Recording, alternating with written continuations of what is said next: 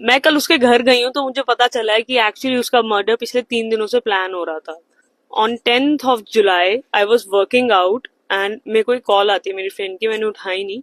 And फिर मैं देखती हूँ एक आर्टिकल आता है, होता है कि Radhika Yadav shot dead by her own father. And सबसे पहले मैं राधिका को कॉल करती हूँ और मैं उसको बोलना चाहती हूँ कि थैंक गॉड कि ये तू नहीं है, थैंक गॉड कि ये तू नहीं है। एंड वो मेरा कॉल नहीं पिक करती है। फिर मैं आर्टिकल को फिर दोबारा देखती हूँ और मुझे वो घर देखता है। और बस मुझे ऐसा लगता है कि it's the end of the world. मतलब मेरे पैरों के नीचे से जमीन चली जाती है। Then I called her sister and मुझे somehow I managed to went to the cremation। एंड वहां जाके मुझे ये चीज पता लगती है कि उसके डैड एक्चुअली 3 दिनों से उसकी डेथ प्लान कर रहे थे। इग्नू रिवॉल्वर लेकर आए थे। एंड बस उसकी मॉम को दूसरे कमरे में रखा था, उसके भाई को किसी बहाने से बाहर भेज दिया गया था।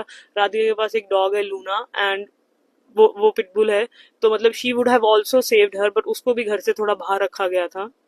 And he waited for the right moment और पीछे से मार दिया। मतलब 5 गोलियां कौन सा बाप मारता है, मुझे तो ये समझ में नहीं आ रहा इतना उसने क्या ही करा था। अपेरेंटली उसके डैड उनके फ्रेंड्स के इन्फ्लुएंस में आके, क्योंकि उसके उनके जो फ्रेंड्स थे वो बहुत ज्यादा जेलस हो गए थे राधिका की सक्सेस से।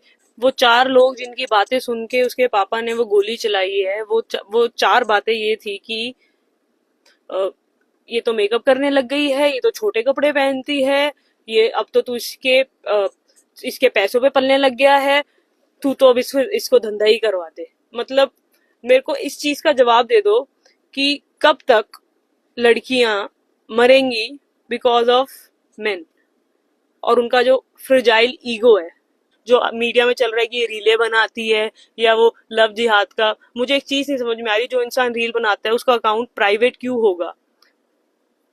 उसके अकाउंट में सिर्फ 68 लोग हैं, 68 लोग। जो इंसान रील डालता है उसके कभी इतने इतने कम फॉलोअर्स नहीं हो सकते हैं। अपना अकाउंट उसने प्राइवेट करा हुआ था, लास्ट रील उसने डाली थी 23rd March 2024। मैं रही हूँ उसके साथ, मैं उसको जानती थी और मुझे पता है कि वो बहुत ज्यादा शरीफ थी। पर पिछले 10 दिनों में उसकी लाइफ इतनी ज्यादा मिजरेबल हो गई थी कि उसने बस गिव अप कर दिया था। उसने बोला था कि जो तुम बोलोगे, मैं जैसे तुम बोलोगे मैं रहने को तैयार हूँ।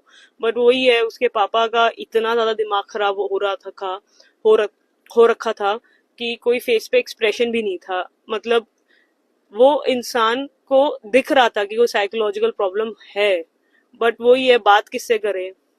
मुझे बस एक चीज समझ में नहीं आती है कि कब तक ये